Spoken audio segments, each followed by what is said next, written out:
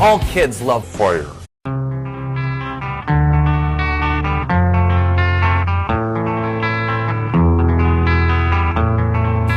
We're going to set something on fire using only increased air pressure.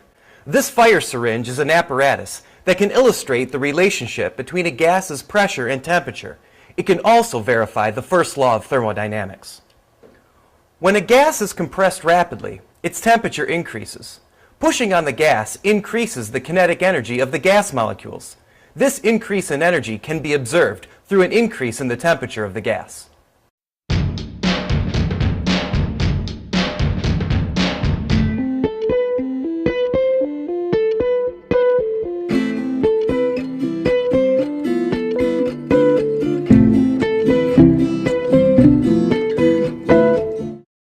This increase in temperature comes from work being done on the gas.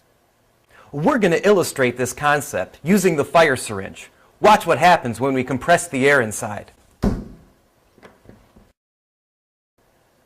How does it work? Press down rapidly on the piston. The increase in pressure causes the air's temperature to go up so much that the cotton catches fire. This kind of demonstration can spark kids' interest in other applications of the same concept. Just like the fire syringe. Engaging demos like this help keep your science classroom fun.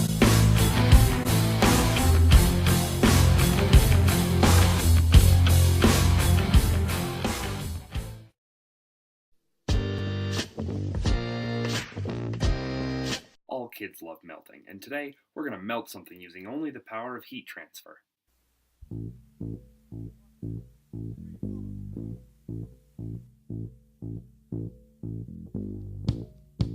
You cursed rat! Look what you've done! I'm melting!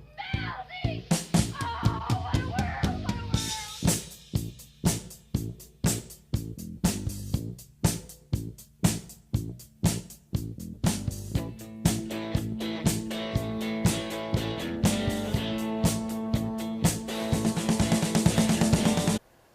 How does it work?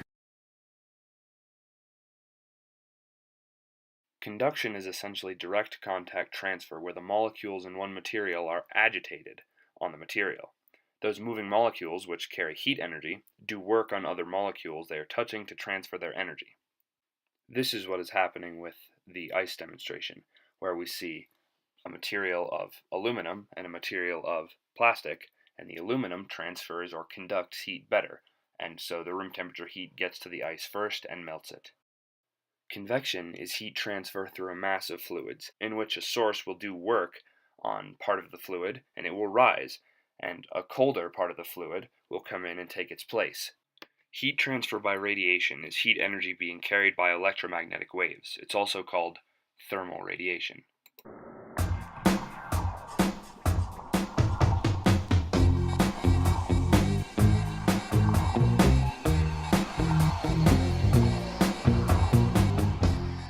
The first law of thermodynamics is often called the law of conservation of energy, which simply states that energy in a closed system cannot be gained or lost. It also states that the change in internal energy of a system can be found by adding the amount of heat flowing across the boundary and the amount of work done on the system by its surroundings.